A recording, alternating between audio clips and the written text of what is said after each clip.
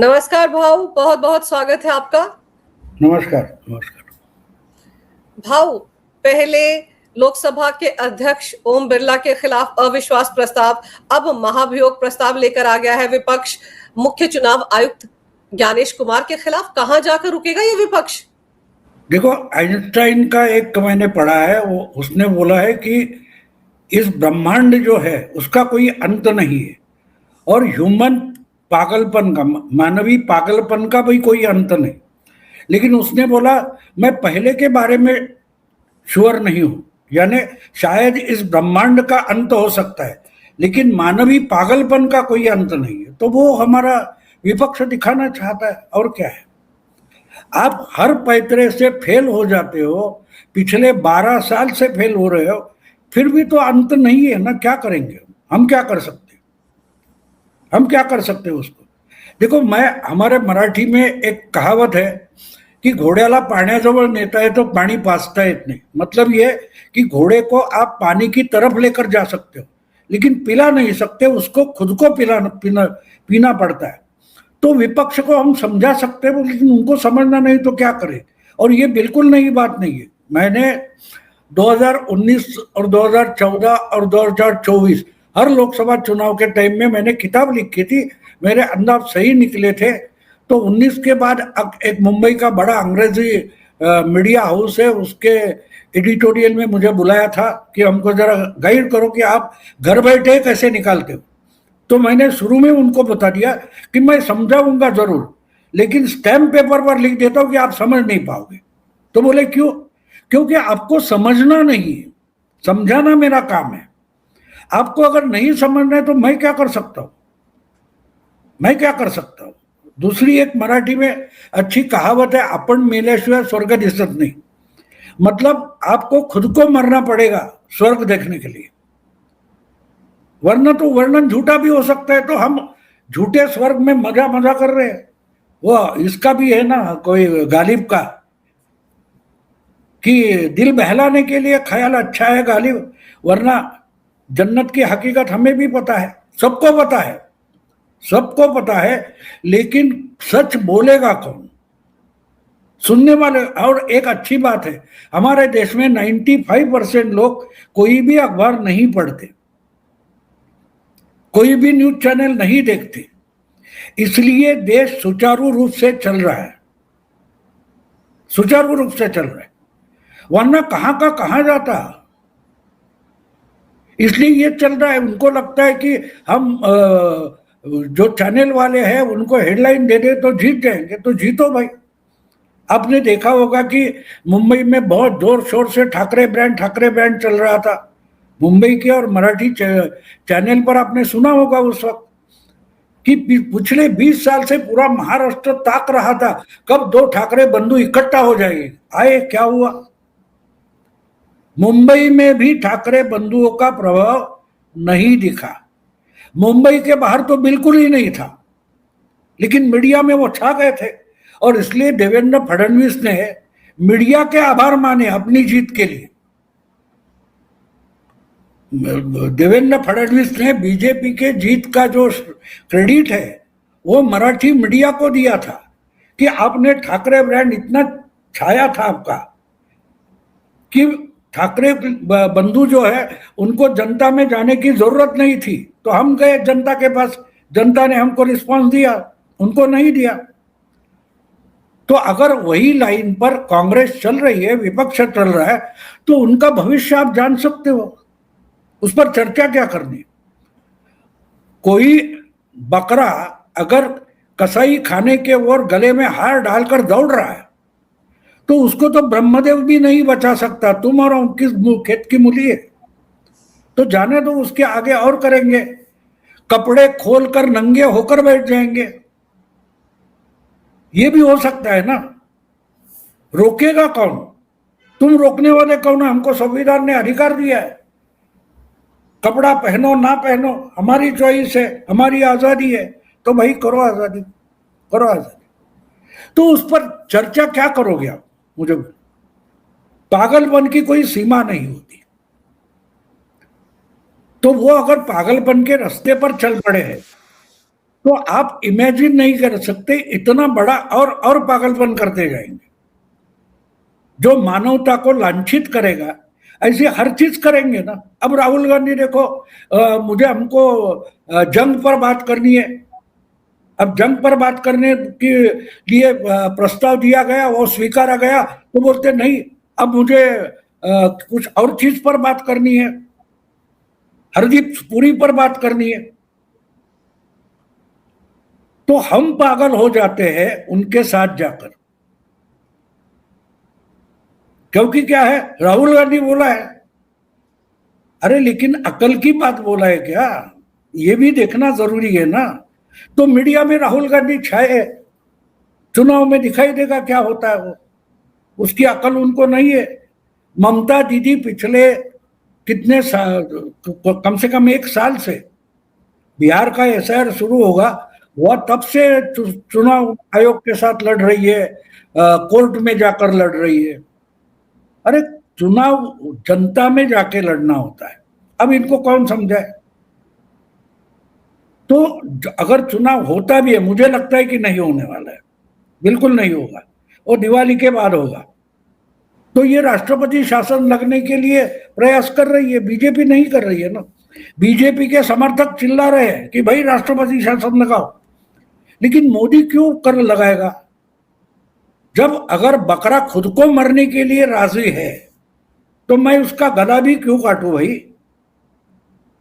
तो ये पॉलिटिक्स हो गई है और मीडिया उसमें छाया हुआ है, बढ़िया चल रहा है। इसलिए मैंने तो हमारा दिमाग जो कुछ बचा है वो संभाल के रखने के लिए पिछले 4 महीनों से मैंने ना अखबार पढ़ा है, ना देखा है, ना कोई पोर्टल देख रहा हूँ। हाँ, थोड़ा यूट्यूब पर देख लेता हूँ, इधर उधर कुछ अलग लगे तो सुनता हूँ, वरना देखता ही नहीं, क्योंकि मुझे मालूम है क्या चल रहा है। ने वीडियो देखा, उसमें वो दुबई से आया हुआ बोलता है कि बड़े घमासान जंग चल रहा है, और भारत में बैठे चैनल देखने वाले हमको वहां फोन करते कि भाई तू सुरक्षित है कि नहीं। हमने कभी इनको फोन नहीं किया, रिश्तेदारों को, कि भाई इधर ये है वो है। हम आराम से अपनी जिंदगी, दिन भर में 5-6 मिनट का जंग है दुबई में, ये उसने कहा है। चाहिए तो वो माहौल क्या है राजीव रंजन का जाकर देख लो, उसने ऐसे ही इंटरव्यू लिए वो, और उसका वो तो मीडिया का है राजीव रंजन, वो इंटरव्यू लेते हुए फ्रस्ट्रेट होता हुआ दिखाई दे रहा है कि उसको जो जवाब चाहिए एक भी जवाब नहीं मिल रहा है, एक भी जवाब नहीं मिल रहा है। वो तो बोला कि एक सायरन बज जाता है कि भाई सिक्योरिटी के लिए छुप जाओ, 6-7 मिनट के बाद दूसरा सायरन बजता है, फिर अपने आप सब नॉर्मल काम चालू हो जाता है। हाँ, लेकिन इंडियन मीडिया में बड़ा घमासान है। कुछ बचे है कि नहीं चैनल मुझे पता नहीं, क्योंकि इतनी मिसाइलें चैनल में गिर रही है कि साला एक भी स्टूडियो ध्वस्त क्यों नहीं हो रहा है, मेरी समझ में नहीं आ रहा है। भाऊ, एक चैनल तो ऐसा है, उस चैनल को अगर आप 1 मिनट के लिए देख लो तो आप अपने घर की खिड़की से बाहर जरूर झांकेंगे कि कोई मिसाइल यहाँ तो नहीं गिर गई। उसमें तो इतनी मिसाइलें चलती हैं। और हमारा विपक्ष भाव स्ट्रेट ऑफ हॉर्मुज को लेकर बैठा है कि जहाज भारत के रुक गए, और आप देखो सड़कों पर एलपीजी सिलेंडर को लेकर किस तरह का बवाल काट रही है कांग्रेस पार्टी। तो वो दिखावा है ना, बात ये है ना कि आप दिखावा ही भ्रम के लिए, वो फिल्म का गाना मुझे याद है, पल भर के लिए कोई हमें प्यार कर ले झूठा ही सही। तो ये मीडिया एजेंडाधारी हो गया। 2002 से लेकर आज तक 24 साल हर 2 घंटे मोदी को गिरा रहे, मोदी को हरा रहे, लेकिन मोदी नहीं हारा। जिस दिन ये लोग बोलेंगे कि मोदी जीतने वाला है, मुझे गारंटी है कि उस दिन मोदी हार जाएगा। मोदी हार उस दिन जाएगा जब ये लोग चैनल वाले वगैरह बोलेंगे कि मोदी बड़ी ताकत से जीत रहा है, क्योंकि ये सरासर झूठ बोलते हैं। अब लोगों को पता चल गया। मुझे एक याद आता है, 74 की बात है, इतनी मेरे को 52 साल पहली बात है। मैं जिस पेपर में काम कर रहा था उदय, वहां एक भविष्यवेत्ता आते थे, बड़े नामचीन भविष्यवेत्ता थे, लेकिन हम वहां बैठे लोग पत्रकार थे, वो मानते थे इनका सब झूठ होता है। तो उस वक्त एक बायपोल हो रहा था मुंबई में, तो अचानक से हमारे चीफ रिपोर्टर एक थे, उन्होंने पूछा, हाँ आपका क्या अंदाजा है। और वो बोलने ही वाले थे, तब उसने बोला नहीं नहीं भाई अंजू जीतेगी ऐसा बोलो। क्यों? क्योंकि हम लोग अंजू हारते हुए देखना चाहते थे कि अगर ये अंजू जीते बोलेगी तो अंजू पक्की हारेगी, ये भविष्य होता है। तो मुझे ऐसा लगता है कि मीडिया में जो कुछ चल रहा है उसका उल्टा हो रहा है। बस आराम से बैठ जाओ। वो उसमें एक राजू के माहौल क्या है में एक इंसान जो 50-60 साल की उम्र का है, वो इस इंटरव्यू में बोल रहा है कि मैं अभी आया हूँ दिल्ली में किस इवेंट के लिए आया हूँ और 4 दिन वापस मेरा बुकिंग है, वापस लौट जाऊंगा। लेकिन हम चैनल देखे तो बोलेंगे वहां जाना मतलब सीधा सीधा मौत के कुएं में चले जाना है। तुम लोग किस पर भरोसा करेंगे इससे? और इसमें मेरा ख्याल है कि वो रिपोर्टर ने भी, राजीव रंजन ने भी बोला कि सही है, इसीलिए शायद सरकार ने टीआरपी देना बंद करो कहा है। हाँ, तो इतना सरासर झूठ, अरे लोग आप पर भरोसा नहीं करेंगे। और एक बात हो जाती है ना कि आप इतना झूठ बोलोगे तो एक दिन आप सोना बेचने जाओगे, लोग गोबर बन के भी नहीं खरीदेंगे। आज वही हालत हो गई है, कोई नई बात नहीं है। मैं बहुत सारे यानी ये बात मैं 96 से बोल रहा हूं, आज की बात नहीं है। मेरा आर्टिकल दे दूंगा आपको कि एजेंडा पत्रकारिता 95 में शुरू हो गई। उस वक्त मैंने लिखा था कि आज एक आपको नापसंद सरकार है, पार्टी है, वो सत्ता में आई है, वो 5 साल बाद चली जाएगी, लेकिन आपकी क्रेडिबिलिटी वापस नहीं आएगी अगर आप झूठ परोसते रहोगे तो। क्योंकि एक बात हो गया कि मैं जब पत्रकार बना तो पत्रकारिता थी। आज पत्रकारिता वामपंथ का आंदोलन बन गया है, लिबरल और सेक्युलर लोगों का आंदोलन बन गई है। पत्रकारिता नहीं बची है। कुछ भी निकालकर मोदी के खिलाफ बोलते रहो। राहुल गांधी ने आज ये कहा, अरे उसमें सच्चाई कितनी है देखोगे कि नहीं भाई? सच्चाई है ना। अभी हरदीप पुरी, एप्स्टन फाइल, अरे जंग के बारे में तुमको चर्चा चाहिए थे ना। यानी आज मैं बोले मुझे मैच खेलनी है, ठीक है, आ गए। क्रिकेट नहीं, मैं आज फुटबॉल खेलूंगा, ऐसे होता है क्या? और इस पर अगर मीडिया चर्चा करे तो करती रहे भाई, मुझे कोई दुख नहीं उसमें, मुझे कोई दुख नहीं। आहिस्ता आहिस्ता करके लोगों का इस पर से भरोसा इतना उठ गया कि कोई भी चैनल या कोई भी मीडिया हाउस आज अपना रेवेन्यू मॉडल संभाल नहीं पा रहा है। भीख मांग रहे, पॉलिटिकली भीख मांग रहे। क्यों? बात सीधी है ना। जो बात है ही नहीं, जो खबर है ही नहीं, उस पर चर्चा करेंगे, जोर शोर से चर्चा करेंगे। अगर उसी हॉर्मुज से अगर हमारा कुछ 2.25 लाख टन का तेल और गैस वाला टैंकर आ गया है, वो साफ साफ बोल रहे हैं कि इंडियन जो तिरंगा लगा हुआ जहाज होगा उसको नहीं रोकेंगे। तो यहां किल्लत कहां से हो गई? कहां से किल्लत हो गई? यानी किल्लत का मतलब अवेलेबिलिटी है, इसका मतलब किल्लत है। शब्दकोश बदल गया है। अब कहां गैस की किल्लत है बताओ जरा, कहां किल्लत है? आप रास्ते पर जाओ, घूमो, मार्केट में जाओ, कहीं आपको दिखाई दे रहा है? और जब ऐसी बात होती है तो हमने वहां देखा ना, पाकिस्तान में ये हो रहा है, तो पाकिस्तान में एक दूसरे पर डीजल के लिए वगैरह गोली चला रहे लोग। ऐसा कुछ हुआ यहां? क्यों नहीं हो रहा भाई? लेकिन ये चलेगा, इसका कारण यह है कि एजेंडा चला रहे, एजेंडा चला रहे। उसने एक बात बोली, वो जो इंटरव्यू कर रहा था, कि बोला कि 10 दिन पहले जो बात हो गई थी वो रिपीट करके 1-2 लाख बार दिखाई जा रही है। एक बम कहीं गिरता हुआ दिखाई दे रहा है। अरे उसी ओमान से, उसी बहरीन से, अबू धाबी से, दुबई से अगर हवाई जहाज उड़ रहे हैं, भारत दिल्ली में आकर, मुंबई आकर लैंड हो रहे हैं, तो कहां की जंग बोल रहे हो? जंग है बिल्कुल ना, ऐसी बात नहीं है, लेकिन जिस पैमाने पर आप पेश कर रहे हो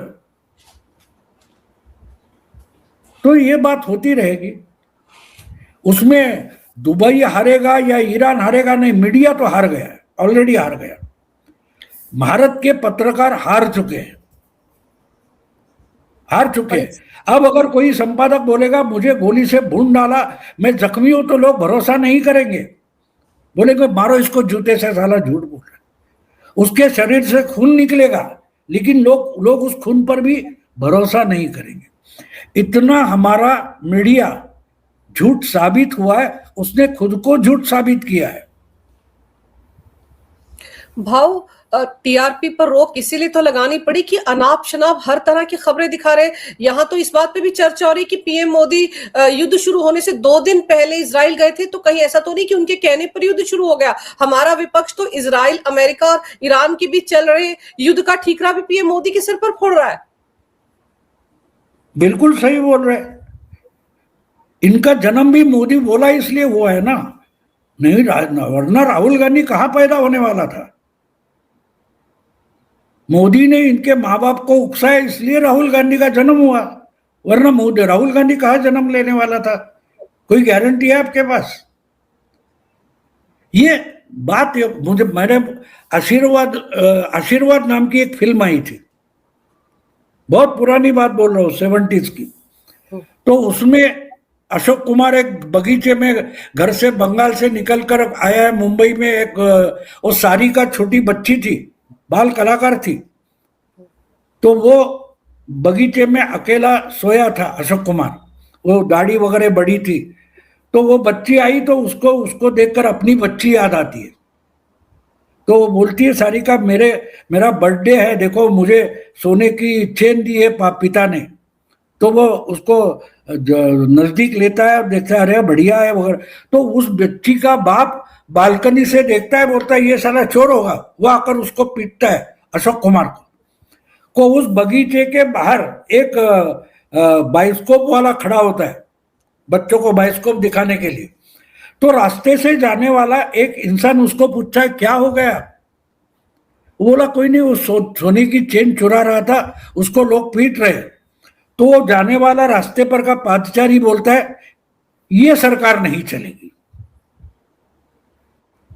उसको पता नहीं उसको क्यों मार रहा है, क्या मार रहा है, ये सरकार नहीं चलेगी। ये जो मेंटेलिटी है ना, कुछ भी लाकर ठिकरा फोड़ दो मोदी के सर पर, तो वो चलता रहता है। दुनिया में ऐसे लोग होते हैं, पुराने जमाने में ऐसे सनकी लोग होते थे, आज उनको पत्रकार कहा जाता है, उनको मीडिया हाउस का स्टाफ बोला जाता है, जो ऐसी मनगढ़ंत बातें बता सकते हैं, सुनवा सकते हैं। और राहुल गांधी उनका हीरो है, रोज के रोज कोई मनगढ़ंत कहानी बनाए, ये आसान बात नहीं है। राहुल गांधी बड़े माहिर है उसमें, कुछ भी बात की हेडलाइन बना देते और ये हेडलाइन बना देते और पूछे। मुझे कल परसों एक मराठी चैनल वाले ने पूछा था, मैंने बोला मैं आपको देखता नहीं ना किसी को देखता हूं, मुझे पता नहीं राहुल गांधी क्या बोला है और मुझे सुनना भी नहीं है, तो मैं रिएक्ट क्यों करूं? मुझे पता ही नहीं है क्या है। तुम फोन पर बोल रहे हो, सामने हो कि नहीं है इसका भी पता नहीं है, तो मैं क्यों बोलूं भाई? तो वो अचंभित हो गए, आपके जब पागलपन जैसी बात करोगे तो मैं तो उतना पागल नहीं हो, किसी भी पागल बात पर रिएक्ट करो।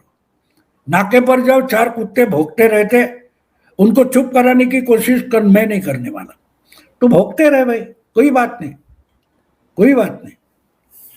भाव, जैसे हमारे विदेश मंत्री ने ईरान के विदेश मंत्री से बात की, हमारे प्रधानमंत्री ने ईरान के राष्ट्रपति से भी बात की, और फिर वो स्टेट ऑफ हॉर्मूज से हमारे जहाज निकलने लगे। ये बातें हमारे विपक्ष को नजर नहीं आती, लेकिन उनको ये लगता है कि अरे इजराइल की दोस्ती की खातिर हमारे इतने पुराने दोस्त ईरान के साथ दुश्मनी ले ली, मोदी ने भारत को देखो कहां लाकर खड़ा कर दिया। ये सारी बातें हो रही हैं। तो ये बोलते रहेंगे ना, हम अगर सुनने वाले हैं, हम उस पर चर्चा करने वाले हैं, तो उनको बोलना भी जरूरी है। देखो शराबी होता है ना, वो जब तक है तो शराब बेचने वाले भी जरूरत होती है ना।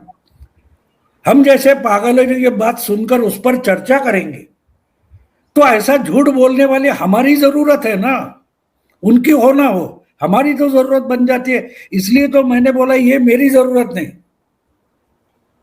मैं ये सुनता ही नहीं, तो उस पर रिएक्ट करने की जरूरत क्या है मुझे? तो ये तो बोलते रहेंगे झूठ, कोई बड़ी बात नहीं है। ये पुराने जमाने से ये बातें चलते हैं, झूठ तो हर बार होता रहा। चर्चा झूठ पर अगर हम करते रहेंगे तो झूठ चलता रहेगा। आप उस पर अब देखना बंद करो, एक दिन खत्म हो जाता है वो मामला। अब वोट चोरी पर कोई क्यों नहीं बोल रहा, ईवीएम पर कोई क्यों नहीं बोल रहा? क्योंकि उस पर चर्चा बंद हो गई। लोग थक गए कि हमको ये सुनना नहीं है, उसको टीआरपी नहीं मिल रहे, मीडिया ने बंद कर दिया, राहुल गांधी ने बंद कर दिया। तो अगर हम यूट्यूबर्स भी इस बातों पर बोलना बंद करें तो मीडिया को भी बंद करना पड़ेगा, राहुल गांधी को भी बंद करना पड़ेगा। बात सीधी है। देखो, एक बात है, आप खरीदो मत, बेचने वाला दुकान बंद करके चला जाएगा। जो चलता है वही बेचा जाता है। तो इसलिए जो कुछ हो रहा है उससे मतलब क्या है? जो ना हो रहा है बस वही तो खबर है, वही तो खबर है। और लोगों को इसमें इंटरेस्ट होता है।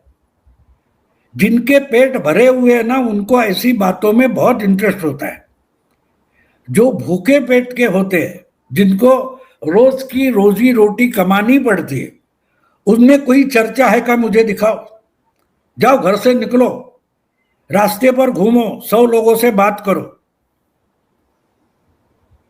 एक कोई राहुल गांधी पर नहीं बोलेगा, एक कोई नहीं बोलेगा। हम बोल रहे हैं, क्यों? क्योंकि हमको रोज की रोटी की चिंता नहीं है ना, तो अनाप शनाप बातें हमको जरूरी होती है हमारी। ये सब क्या होता है, किसी यूनिवर्सिटी में इस पर थिंक टैंक बोलते हैं, चर्चा करते हैं, तो चलता रहता है। दुनिया उसकी दखल नहीं लेती, बिल्कुल दखल नहीं लेती। मैं 2007 में अमेरिका में था, ऑरलैंडो में। मेरी बेटी मास्टर डिग्री कर रही थी, तो एक वहाँ का उनका ग्रेजुएशन सेरेमनी था। वो बोली, बाबा चलो तुम देखो, मजा आएगा, आपने देखा नहीं होगा। तो मैं गया था। वो किसी का नाम को अंजू पंकज, तो अंजू पंकज वो डिग्री लेने आती थी, तो उसके किसी कोने में हॉल में बैठे हुए, स्टेडियम जैसा हॉल था, उसकी फैमिली चिल्लाती थी, फोटो निकालती थी, और फिर दूसरे का नाम आता तो उसकी फैमिली। तो मेरी बेटी बाजू में बैठी थी, बोली ये आगे जाकर पढ़ने वाले नहीं है, बस इनका ग्रेजुएशन यही खत्म होगा।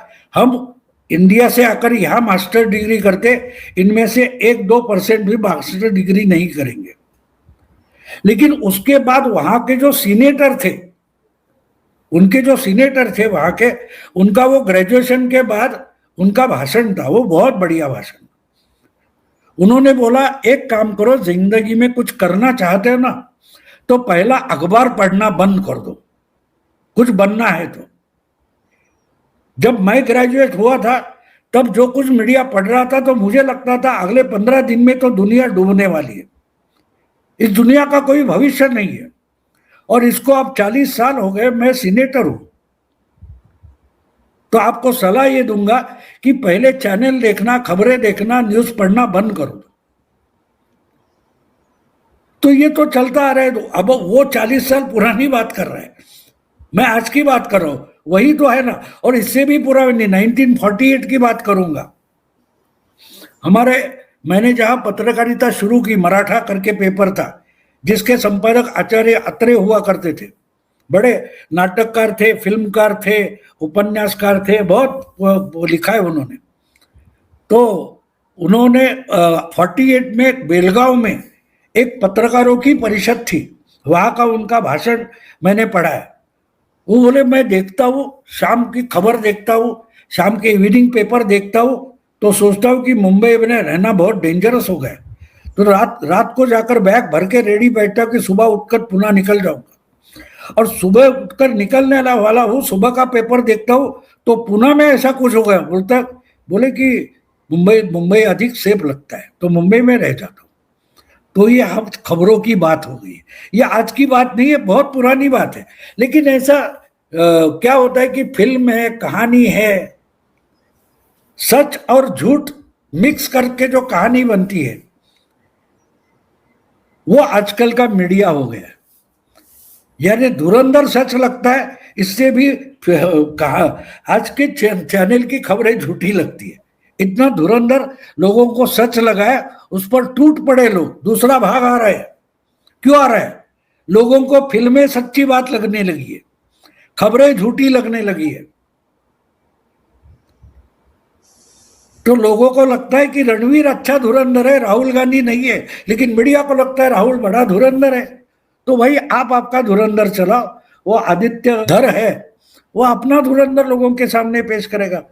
वो अगर 3 सवा 3 घंटे की फिल्म में करोड़ों कमा लेता है, तो आज के चैनल में जो खबरें 24 घंटा दिखाई जाते हैं उसका इनकम क्या है देखो, तो सच्चाई और कल्पना उसका फर्क आपको पता चलेगा कि आज एक अच्छे डायरेक्टर ने, स्क्रिप्ट राइटर ने जो कहानी लिखी है वो सच्चाई हो रही है, और जो सच्चाई करके मीडिया में दिखाई जा रही है वो एक कल्पना बन गई है। ये सबसे बड़ी शोकांतिका है, ट्रेजेडी है हमारे मीडिया की। बिल्कुल सही कह रहे हैं भाऊ, आपकी एक ट्रेजेडी ही है, क्योंकि राहुल गांधी जिस तरह के मुद्दे उठा रहे हैं और जिस तरह से मीडिया उनको हवा देता है, बाद में तो टाइम टाइम फुस हो जाते हैं, कुछ निकलता तो है नहीं। आज कल ओम बिरला थे, आज जो मुख्य चुनाव आयुक्त है कल कोई और होंगे। इनका तो सिलसिला थमेगा नहीं, क्योंकि इनको संसद चलने तो देनी नहीं है, काम तो करना नहीं है। मोदी में हर वक्त मीड़ मेख निकाल ले तो उसके लिए कोई ना कोई मुद्दा लेकर आते रहेंगे, और मीडिया अपनी दुकान चलाने के लिए इन्हीं के नाम पर खेलता रहेगा। इससे एक बात साफ है, कांग्रेस पार्टी की क्रेडिबिलिटी मिट्टी में मिला रहे। अगले चुनाव में इसकी कीमत कांग्रेस पार्टी को चुकानी पड़ेगी, ये भूलो मत। परिणाम तो होते हैं। आप सच्चाई इग्नोर कर सकते हो, छुपा सकते हो, लेकिन उसके दुष्परिणाम आपको भुगतने पड़ते हैं। कांग्रेस को इसके परिणाम, और कांग्रेस के साथ साथ इसके परिणाम विपक्ष को भी भुगतने पड़ेंगे। मैं आज तुम्हारे इस वीडियो में एक भविष्यवाणी करता हूं कि एक समय था, राहुल गांधी बोला था हम पांडव है, बीजेपी वाले कौरव है। तब मैंने वो एक ब्लॉग लिखा था, उसके आगे जाकर उस पर किताब लिखी। राहुल गांधी आज के महाभारत के घटोत्कच है। आपको घटोत्कच की कहानी मालूम होगी? वो जो भीम का हिडिंबा के पेट से पैदा हुआ बच्चा था, वो जब महाभारत की जंग में, युद्ध में पांडवों के तरफ से लड़ रहा था, तो उसको बड़ा भारी जख्म हो गया, वो मरने वाला था। तो भगवान श्री कृष्ण ने उसको सलाह दी कि भाई तुझको एक वरदान है, अगर तेरे मन में आए तो जितना अकराल विकराल हो सकता है उतना बढ़ सकता है, तो बढ़ जा। तेरी सांस नहीं थमती तब तक बढ़ते जाना और सामने जाके गिर जाना। तेरे गिरने से ही हजारों कौरवों के सैनिक मरेंगे। उसका नाम था घटोत्कच। बात यह कि राहुल गांधी भी आज मीडिया में विपक्ष की राजनीति पर इतना छाया है कि मुझे उस घटोत्कच की याद आ रही है। लेकिन फर्क इतना ही है कि कहाँ गिरना है ये बताने वाला भगवान श्री कृष्ण नहीं है, तो ये गिरेगा विपक्ष पर ही गिरेगा, और इसकी कीमत विपक्ष अगले चुनाव में बड़ी भारी चुकाएगी। अभी अभी देखो यूपी में, बंगाल में, आसाम में इसकी कीमत कौन चुकाएगा वो देखो। या आज मैं भविष्यवाणी कर रहा हूं। बिल्कुल सही कह रहे हैं भाव कि इसकी कीमत तो चुकानी पड़ेगी विपक्ष को। और पश्चिम बंगाल, अभी असम में चुनाव होने हैं, उत्तर प्रदेश में होने, देखते हैं वहां क्या कुछ होता है। भाव आपने बहुत विस्तार से इन तमाम विषयों पर बहुत ही गहरी जानकारी मेरे दर्शकों को दी। मेरे लिए आपने समय निकाला, आपका बहुत बहुत धन्यवाद। नमस्कार, जय हिंद।